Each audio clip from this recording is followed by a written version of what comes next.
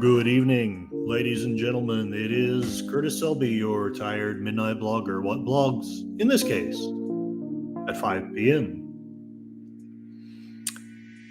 I decided to do what I'm calling a God Talk, which is an awfully ostentatious name for really just me trying to talk about the deepest thoughts, the best philosophies that I've come across. It's not necessarily about God per se. I don't know that I'm smart enough to be able to talk about God. But I took the idea from someone who's a lot more successful than I am, but also, having said that, a lot more hateful. They occasionally do God talks on Sundays. And usually I like the parts of their speeches that aren't enveloped in hate. Maybe I'll share with some of you who that is. But for now, I want to greet the chat, and I am very happy and gratified to see CODIS Fact Search. Thank you very much for coming. Hopefully I will be able to make this worth your time. I'm going to try to keep this under an hour because I want everyone to have the opportunity to go and see Geeky Geezers after this. And they're coming on at 6 o'clock. Generally not very sharp, but sharp enough to suit the girls that I date. And having said that, that's one of the reasons why I have not been streaming much on the weekends. I had a date last night. It went very well. I'm not going to brag or gloat about any of that. It was just a very sweet time with a woman who I was happy and honored to spend some time with. And so, since I knew that I was going to be busy, but I want to at least get something streamed over the weekend, I decided to do one of the second version of my God Talks. And thank you for catching some of the humor, such as it is. But I spent the first one basically sharing the books and works and TV shows and philosophies that form my younger thought. And I decided to go a little bit further into that, even though that is kind of making it more about me than about God, but that's okay, I guess. And I didn't know what I wanted to cover. I know that poetry was a great big deal to me when I was in my teens and 20s. And somewhere along the way, somewhere in my marriage, I lost that. I still occasionally would pick up something and read it, but it was like it had all turned to ashes in my mouth. I could never recapture quite what I'd had before. And then I came across the works of George MacDonald and started to get at least some of that back. And so I was torn between talking about George MacDonald and Tennyson, who is the influence from my youth. The poll said Tennyson, and I feel more like talking about Tennyson anyway. He's more pertinent to this age than people realize. A lot of his poems helped form the Victorian thought that, unbeknownst to us, still has some influence. I feel like we've kept the bad parts of the Victorian age and lost all the good parts. But some of it is filtered down to us through the works of C.S. Lewis, J.R.R. Tolkien, and a few others. Yeah, the zeal of youth, not wrong. Not wrong. No matter how much we're beaten and abused, somehow we still have some of that zeal when we're young, and it's hard to keep it when we get older. So let me dig into the subject. For his biographical information, I don't intend to read the entire thing, but I wanted to rely on Britannica.com. I don't feel like just reading Wikipedia to you people because, after all, why in the world would you go to my blog if you could just Google it and get it from Wikipedia? Yeah, there it is. So I won't get too deeply into his life, but I'll get a little bit deeply into it. And I guess I am stuck on this page. Well, that's okay. Essentially, he was a poet, had some success, and then I'm going to skip all the way up. I'm going to skip a lot of stuff. And I'm only going to deal with a little bit of his life because I'm talking about his poetry, and I want to talk about just the points in his life that matter to that poetry. The year 1850 marked a turning point for him. He had resumed his correspondence. He was engaged and eventually married. But this was the year that he was made an offer to publish the elegies on his deceased friend Hallam that Tennyson had been composing over the years. They appeared at first anonymously as In Memoriam, which had a great success with both reviewers and the public, won him the friendship of Queen Victoria, and helped bring about in the same year his appointment as poet laureate. In Memoriam is a vast poem of 131 sections. I'll read a little bit of it, but not the entire 131 sections. With a prologue and epilogue. Inspired by the grief Tennyson felt at the untimely death of his friend Hallam, the poem touches on many intellectual issues of the Victorian age. As the author searches for the meaning of life and death and tries to come to terms with his sense of loss, most notably, In Memoriam reflects the struggle to reconcile traditional religious faith and belief in immortality with the emerging theories of evolution and modern geology.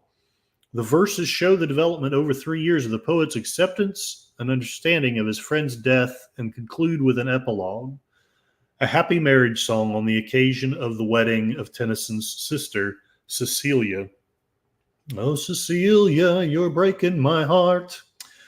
That is all I'm going to focus on his life, other than to say that he actually was one of the few poets that took his position as poet laureate seriously, and he made it a point to actually write poems about the things that were going on in the empire, as opposed to a lot of them that just basically took the pension and ran with it. Oh, your favorite is Tithonus. I wish I had known. I need to look that up. The woods decay and fall. The vapors wape their burthen to the ground. Man comes and tills the field and lies beneath, and after many a summer dies the swan. Life is death, and death is life. It is all one. That is beautiful. Yeah, I wish I had known that, but that's okay. I've got other good stuff, maybe not quite as good, but I've got other good stuff to share. So there are 3 poems of his that were of pretty strong influence to me, and I'm going to go not in any particular order, except as I came across them. So it may not have any logical order, but it is an order that is pertinent to my own thought. When I was a teenager, I knew him only from 2 or 3 poems that were taught in the great high school that I lived at. And the one that I most loved was Ulysses. I had, as my friend Codis Fact Search says, the zeal of youth. Yes, thank you. So shall I do. I appreciate you, sir. And I did not realize how easily I would end up being broken. I thought I was more like the heroes that I read about, and a lot of the things in this poem really resonated with me at the time. So let's see if I can appropriately share the part that I love the best. Actually, I think I'll read the whole thing. It little profits that an idle king by this still hearth among these barren crags, matched with an aged wife, I meet and dole unequal laws unto a savage race, that hoard and sleep and feed and know not me. I cannot rest from travel. I will drink life to the lees. All times I have enjoyed greatly, have suffered greatly, both with those that loved me and alone on shore. And when through scudding drifts the rainy Hyades vex the dim sea, I am become a name. For always roaming with a hungry heart, much have I seen and known, cities of men and manners, climates, councils, government, myself not least, but honored of them all, and drunk delight of battle with my peers far on the ringing plains of windy Troy. I am a part of all that I have met. Yet all experience is an arch wherethrough gleams that untraveled world, whose margin fades forever and forever when I move. How dull it is to pause, to make an end, to rest unburnished, not to shine in use, as though to breathe were life. Life piled on life were all too little, and of one to me little remains. But every hour is saved from that eternal silence. Something more, a bringer of new things, and vile it were for some 3 suns to store and hoard myself, and this gray spirit yearning and desire to follow knowledge like a sinking star beyond the utmost bound of human thought. This is my son, mine own Telemachus, to whom I leave the scepter and the isle, well loved of me, discerning to fulfill this labor, by slow prudence to make mild a rugged people, and through soft degrees subdue them to the useful and the good. Most blameless is he, centered in the sphere of common duties, decent not to fail in offices of tenderness, and pay meet adoration to my household gods when I am gone. He works his work, I mine. There lies the port, the vessel puffs her sail, there gloom the dark broad seas, my mariners, souls that have toiled and wrought and thought with me, that ever with a frolic welcome took the thunder and the sunshine, and opposed free hearts, free foreheads. You and I are old. Old age hath yet his honor and his toil. Death closes all, but something ere the end, some work of noble note may yet be done, not unbecoming men that strove with gods. The lights begin to twinkle from the rocks. The long day wanes, the slow moon climbs, the deep moans round with many voices. Come, my friends, 'tis not too late to seek a newer world.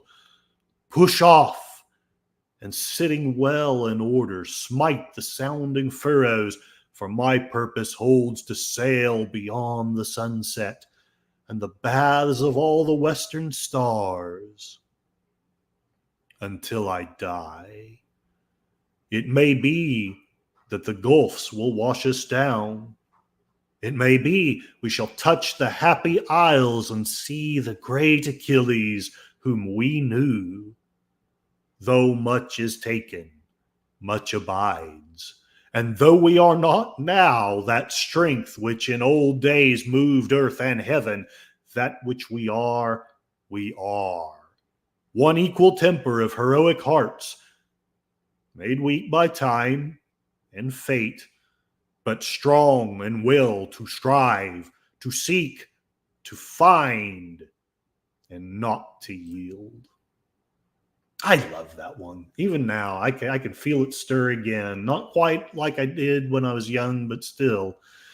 You are right, Coda's fact. There really are no heroes. There are only men, and we have no choice but to act one way or another.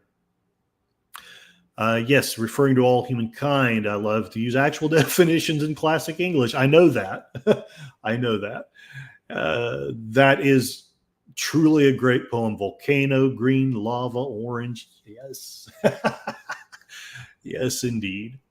Now, as I said, he took his position seriously, and at the risk of being a little bit trite, I'm going to read, and I'm going to read The Charge of the Light Brigade.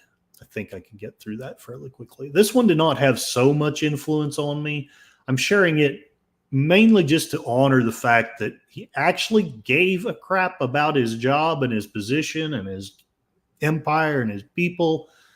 And he took the time to actually write things about what was going on. Frankly, I think some journalists could take some notes here, but that's neither here nor there. I don't really want to talk about politics in this stream. Half a league, half a league, half a league onward, all in the valley of death rode the 600. Forward the light brigade, charge for the guns, he said. Into the valley of death rode the 600. Forward the light brigade, was there a man dismayed? Side note, probably, yeah. But anyway, not though the soldier knew someone had blundered. There's not to make reply, there's not to reason why. There's but to do and die. In the valley of death rode the 600. Cannon to right of them, cannon to left of them, cannon in front of them volleyed and thundered, stormed at with shot and shell. Boldly they rode, and well, into the jaws of death. Into the mouth of hell rode the 600. Flashed all their sabers bare, flashed as they turned in air, sabering the gunners there. Charging an army while all the world wondered, plunged in the battery smoke right through the line they broke. Cossack and Russian reeled from the saber stroke, shattered and sundered. Then they rode back, but not the 600. Cannon to right of them, cannon to left of them, cannon behind them volleyed and thundered, stormed at with shot and shell while horse and hero fell. They that had fought so well came through the jaws of death, back from the mouth of hell, all that was left of them, left of 600. When can their glory fade? Oh, the wild charge they made, all the world wondered. Honor the charge they made, honor the light brigade, noble 600. I really didn't like that one very much as a kid. I'm reading it now as if I liked it, but even now, it just makes me sad and sorry for all the waste. Somebody giving bad orders and wasting the lives of 600 good men. But he felt duty bound to write about it and share thoughts about it and honor them and not disrespect the sacrifice that they made. We don't really do a very good job of that anymore. Some do, don't get me wrong, some do, but many don't. Hello, Enigma Severus. Yes, I am rambling on and on today about the poetry of Alfred Lord Tennyson. Once again, I'm trying to get through this in time to give everyone time to go and listen to the Geeky Geezers. I believe they are on at 6. I think that was right. Coda's Fact Search. Those in power will always demand that those without do what they want and die for their pursuit of power. Sadly, not wrong.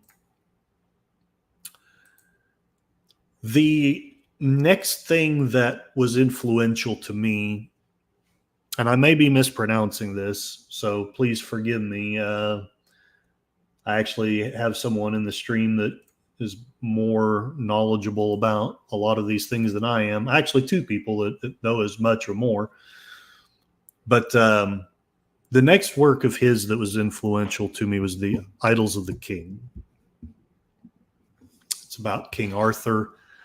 I've always loved the Arthurian legends. I still love them even as an older man, even though I see them much differently than I did as a kid. One of the happy accidents of my self-education was coming across the book of A Connecticut Yankee in King Arthur's Court. And that softened a lot of the romanticization that I had of the Arthurian legends. But there was still just enough love that Mark Twain had for those same legends that the book didn't descend, in my opinion, into being a despicable and pointless criticism of a time that wasn't really understood. It was just simply a very funny comedy. And it was a criticism of both those times and of the times that Mark Twain lived in.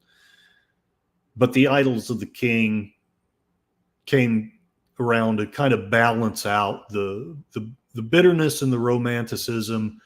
I found, in my opinion, the Idylls were a great balance of that. The analyzation of the characters with the romanticization and the grit, some of the grittiness of reality.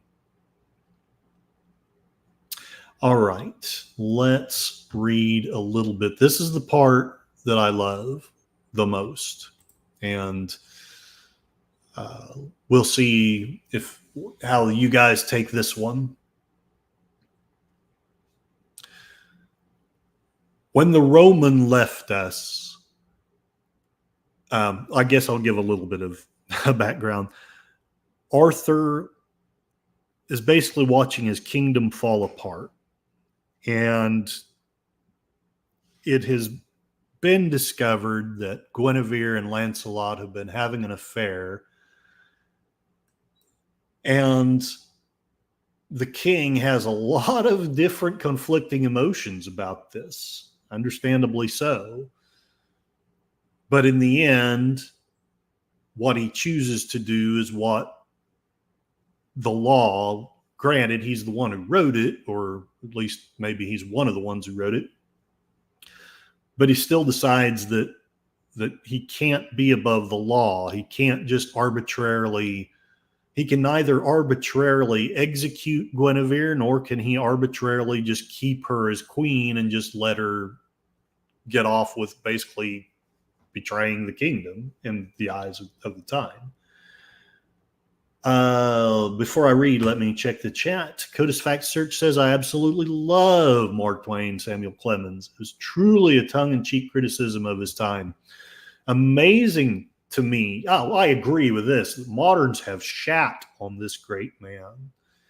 Yeah, we don't want to read him anymore because he uses the N-word as if, when he's probably less racist than 80% of the people walking the planet today. My humble opinion. He was a diehard abolitionist, anti-slavery advocate, a man who wanted to do for others, and also a very just man. Yeah, from my impression of him anyway, I agree. Oh, wait, what am I doing? Okay. Fun fact, he is also one of the most forged signatures in existence. Interesting. All right, let's see if I can do a reasonable King Arthur here. I have to try to make my voice at least a little bit different than Ulysses.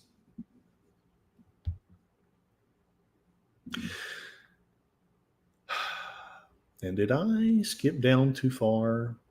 I think I did. Yes, here it is. When the Roman left us, and their law relaxed its hold upon us, and the ways were filled with rapine, Here and there a deed of prowess done, redressed a random wrong.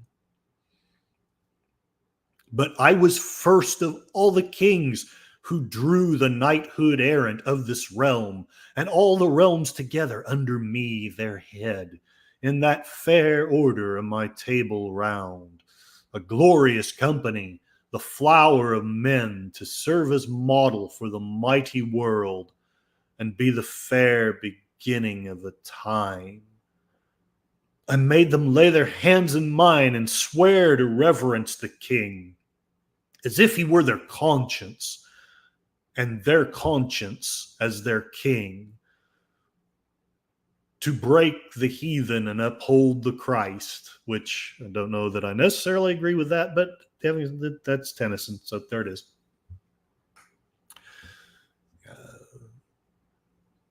To break the heathen and uphold the Christ. Upholding Christ is one thing. Breaking heathens, anyway, I'll enough with the commentary.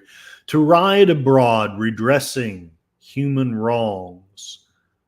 To speak no slander. Boy, howdy, I wish the media would rehearse that line. No, nor listen to it, and I wish I had friends who would. I have two here, but I wish I had more friends that would read that line. To honor his own word as if his God's, to lead sweet lives in purest chastity, to love one maiden only, cleave to her and worship her by years of noble deeds until they won her. For indeed I knew of no more subtle master under heaven than is the maiden passion for a maid, not only to keep down the base in man, but teach high thought and amiable words and courtliness and the desire of fame and love of truth and all that makes a man boy. And all this throve before I wedded thee. And I haven't read these words since before I was married. It's amazing the difference time makes. Not that I disbelieve them, I see them very differently now. All this throve before I wedded thee, believing, lo, mine helpmeet, one to feel my purpose and rejoicing in my joy. Then came thy shameful sin with Lancelot. Then came the sin of Tristram and Iseult.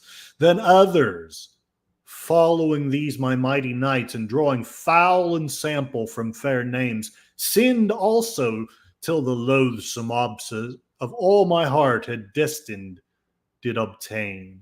And all through thee, so that this life of mine I guard as God's high gift from scathe and wrong, not greatly care to lose, but rather think how sad it were for Arthur, should he live, to sit once more within his lonely hall, and miss the wonted number of my nights, and miss to hear high talk of noble deeds, as in the golden days before thy sin.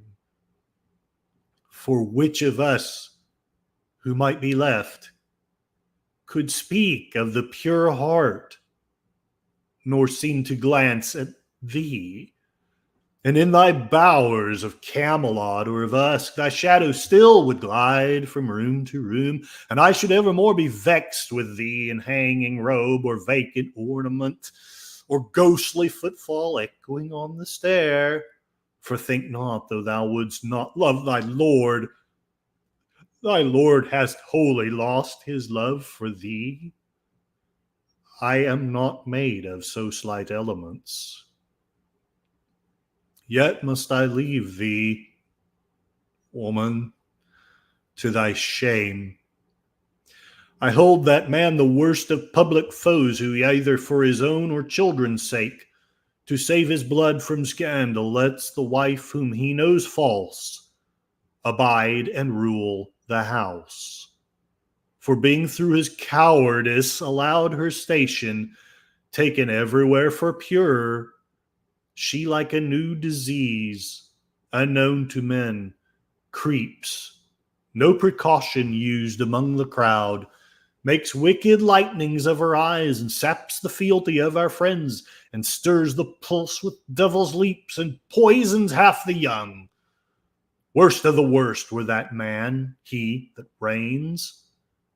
Better the king's waste hearth and aching heart than thou reseated in thy place of light, the mockery of my people and their bane. Yet think not that I came to urge thy crimes. I did not come to curse thee, Guinevere. I whose vast pity almost makes me die to see thee, lying there, thy golden head, my pride in happier summers, at my feet. The wrath which forced my thoughts on that fierce law, the doom of treason and the flaming death when first I learnt thee hidden here, is past. The pang which while I weighed thy heart with one too wholly true to dream untruth in thee, made my tears burn, is also past, in part, and all is past. The sin is sinned, and I, lo, I forgive thee, as eternal God forgives. Do thou for thine own soul the rest.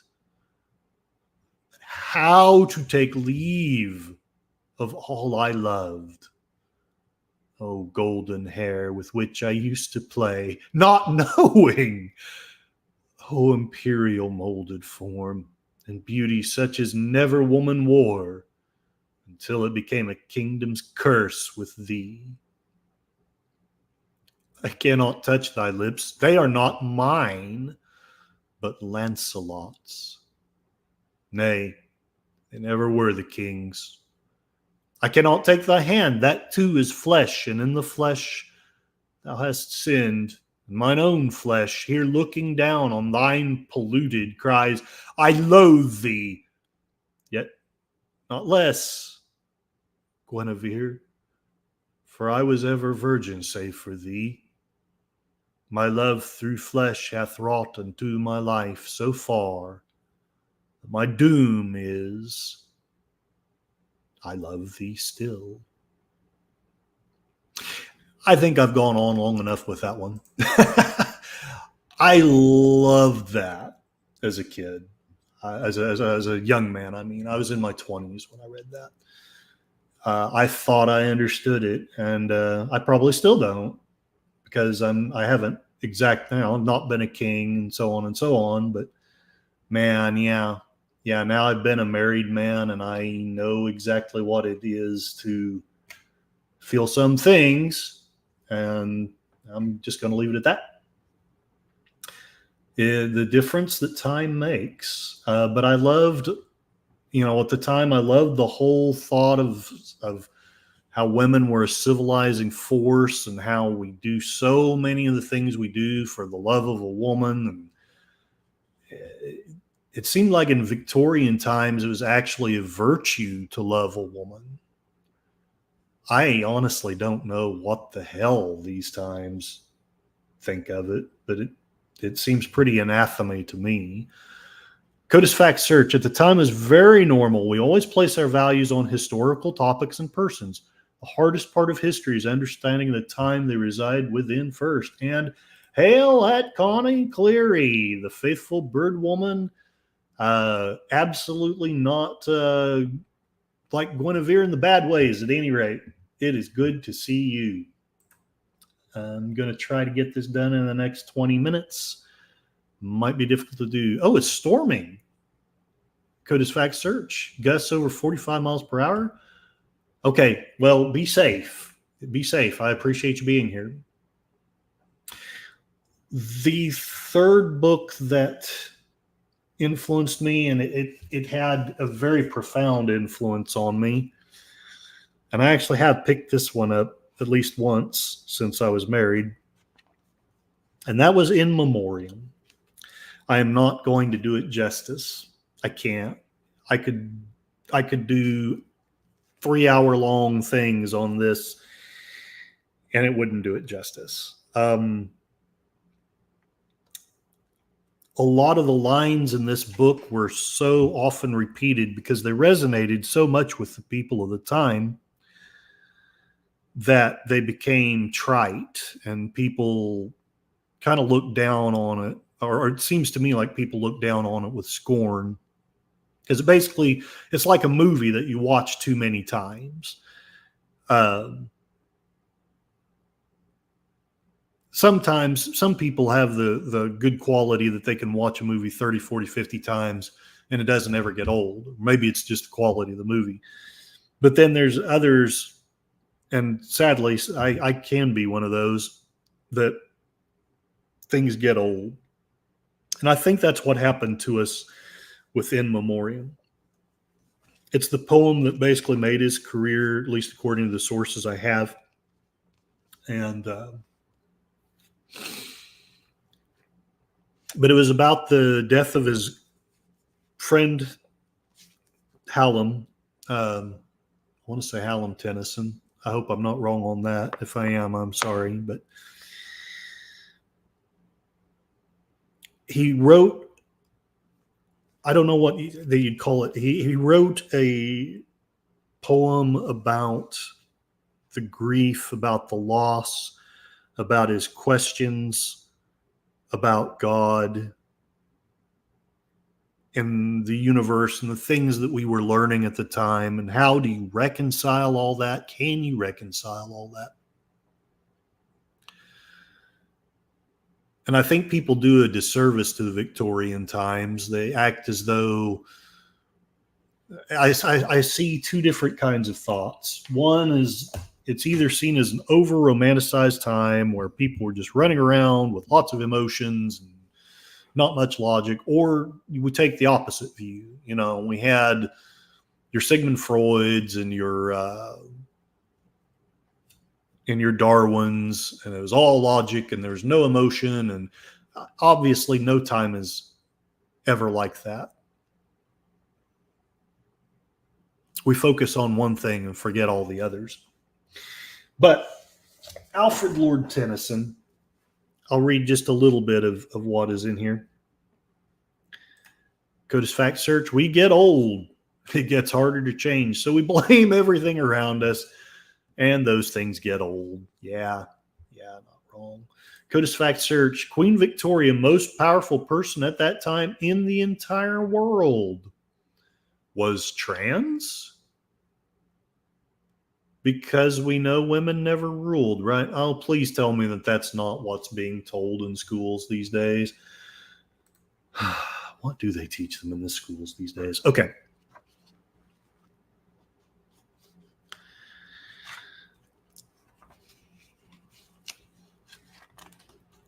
The poem begins, and again, I'm not going to read the whole thing. We don't have time for even probably everything I want to get to. I may do a second talk about this if I don't get very far into it. Strong Son of God, immortal love, whom we that have not seen thy face, by faith and faith alone embrace. Believing where we cannot prove, thine are those orbs of light and shade. Thou madest life in man and brute. Thou madest death, and lo, thy foot is on the skull which thou hast made. Thou wilt not leave us in the dust. Thou madest man, he knows not why. He thinks he was not made to die. And thou hast made him. Thou art just. Thou seemest human and divine, the highest, holiest manhood, thou. Our wills are ours, we know not how. Our wills are ours to make them thine.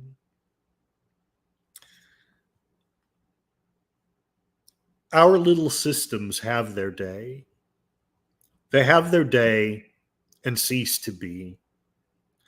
They are but broken lights of thee, and thou, O Lord, art more than they.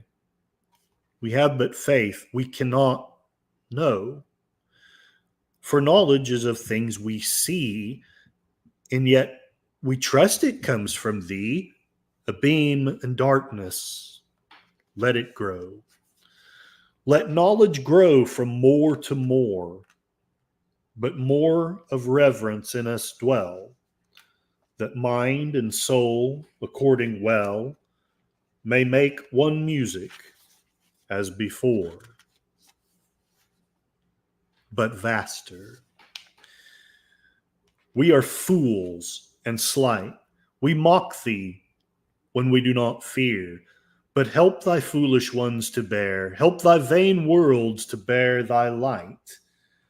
Forgive what seemed my sin in me, what seemed my worth since I began, for merit lives from man to man, and not from man, O Lord, to thee.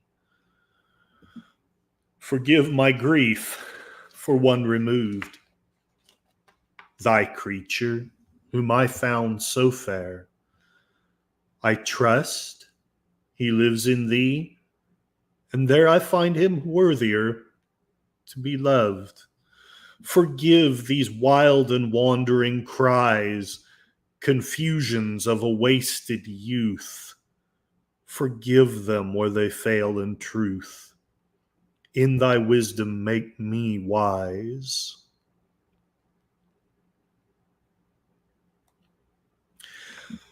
I held it truth with him who sings to one clear harp in divers tunes, that men may rise on stepping stones of their dead selves to higher things. But who shall so forecast the years and find in loss again to match, or reach a hand through time to catch the far-off interest of tears?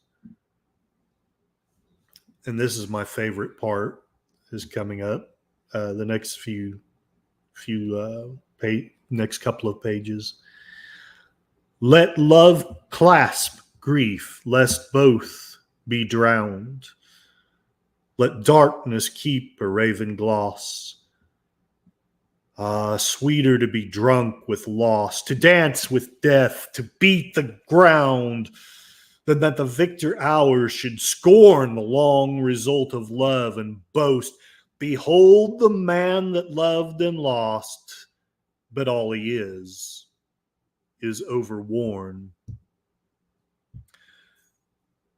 Old you, which graspest at the stones that name the underlying dead, thy fibers net the dreamless head, thy roots are wrapped about the bones.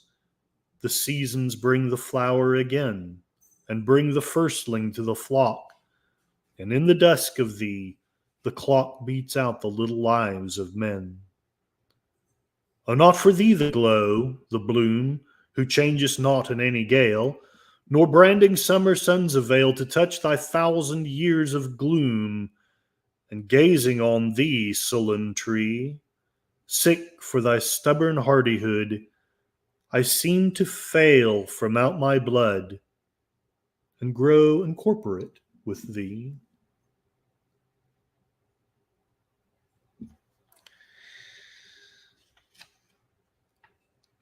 O sorrow, cruel fellowship, O priestess in the depths of death, O sweet and bitter in a breath, what whispers from thy lying lip? The stars, she whispers, blindly run. A web is woven across the sky. From out waste places comes a cry and murmurs from the dying sun.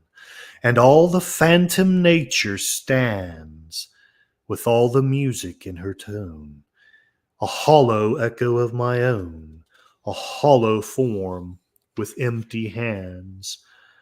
And shall I take a thing so blind, embrace her as my natural good, or crush her like a vice of blood upon the threshold of the mind?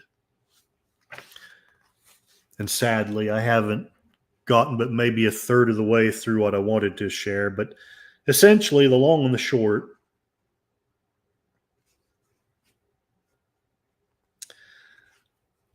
because of the life I've lived, grief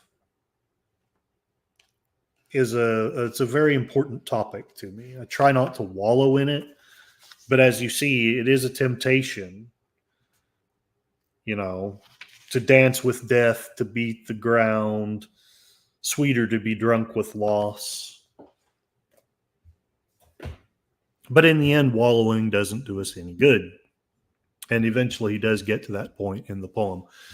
The poem has been noted as exemplifying the 5 stages of grief even before that was known about.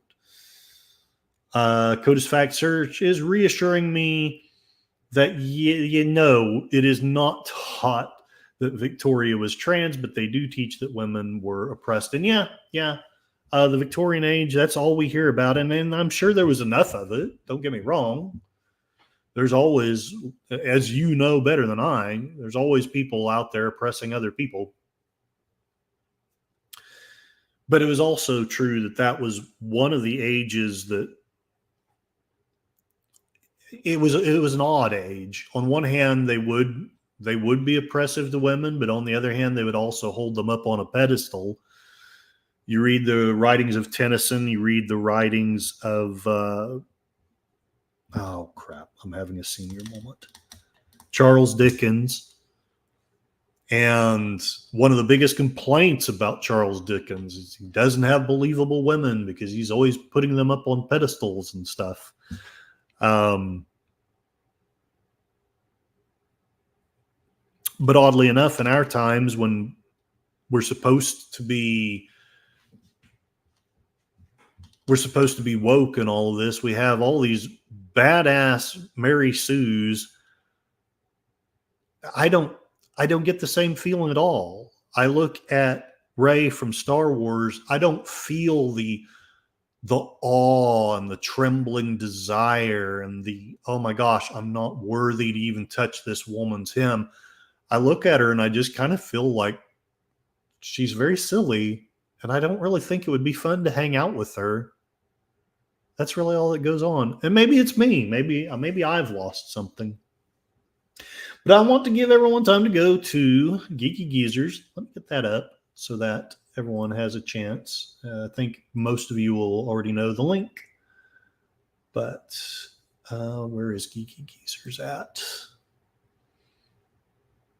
Pardon all the silence. They may not have it posted up yet. Yes, they do. Excellent. And it's actually an hour later than I thought it was, but I'm still going to save the time, partly because I have a woman that I said I would talk to after this stream. So there is Geeky Geezers. If anyone wants to go there, I was incorrect. I, for some reason, thought that it was going to be 7 o'clock, but it is actually going to be on at 8. But again, thinking that it was on at 6. Sorry. The chronic fatigue is real. Sorry. Sometimes my mind does not work well. But I had thought that it was on at 6, so I said that I would talk to her instead of do the stream because I also wanted to watch it. But I want you guys to watch it if you would like to. So, little bit of a ramble. Hopefully some of it was entertaining. Maybe you learned a little something, maybe not. Hopefully you did. I thank everyone for being here. Let me get the stuff going.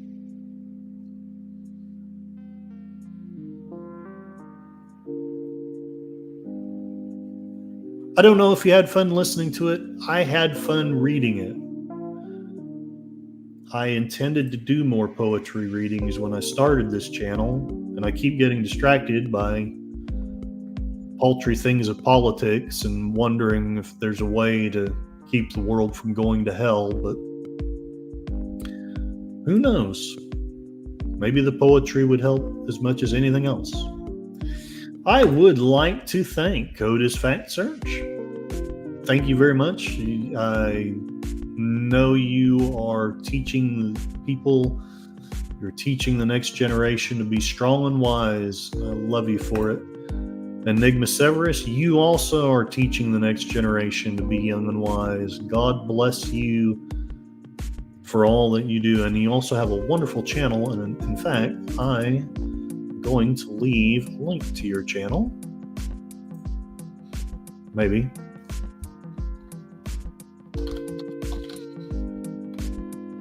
Silence. The silence. Here we go. Enigma Severus. He does some wonderful movie reviews. He does some wonderful edits, basically honoring aspects of the movies. I'm hoping that you appreciated some of the things I said about women, maybe not all, but some of them, because I recognize in you kind of a youthful version of myself who just never ended up broken. And God bless you. I hope you never are. I hope you never are. And obviously, Connie Cleary, one of the greatest women on YouTube, the faithful bird woman, the wrench. I will also get your channel up here so that people, either from this stream or from future streams, can look at your stuff as well. They're simply videos of birds, but they're so fun. These birds do some really fun and silly things. And she also does some moderating for the all-night radio show. If I were a really good host, I would probably get a link out to that as well. But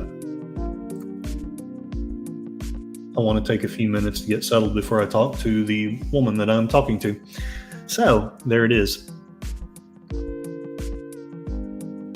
You know, when I was young, when I was reading all this stuff the first time around, I had all these really silly ideas of reading this stuff to a woman and just having wonderful, lovely, romantic times about it. And that's not the way life has gone. And it's curious to me, I never even thought about it till this second. I wonder if she would be interested in me reading it to her, or would that just be the thing that makes her think I'm fucking nuts? I don't know. Possibly it doesn't matter. Moira Kitty, meow meow. Thank you also for showing up. I'm at the end of the stream, but I said a bunch of crazy random stuff that was of moderate usefulness or not, about the poet Alfred Lord Tennyson, who I think was spiffy keen because he had a wonderful taste in hats and could grow a much better beard than myself. And since you've shown up, I will get your channel up here as well, so that people who listen later, I think nearly everyone in here is subscribed to you.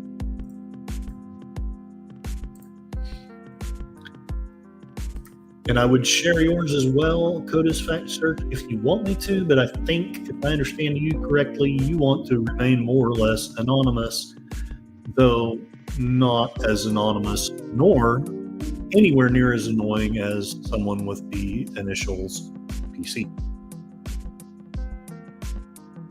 who is not here. And I'm okay with that. Hopefully everyone else is as well. But until we meet again, I will try to do a stream sometime on Monday. I'll try to correlate, because I don't want to get in the way of Moira's stream, whether she wants me on there or not. I want to be able to listen to it and not be doing my own stream if she does one on Monday. And if she doesn't, that's all well and good too. So, much love to you all from a very confused man who loves poetry.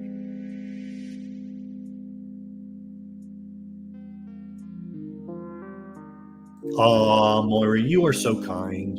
You know, I'm just going to say no more about that. You're very kind. I love being on your channel. It's fun. And I do learn quite a bit from it.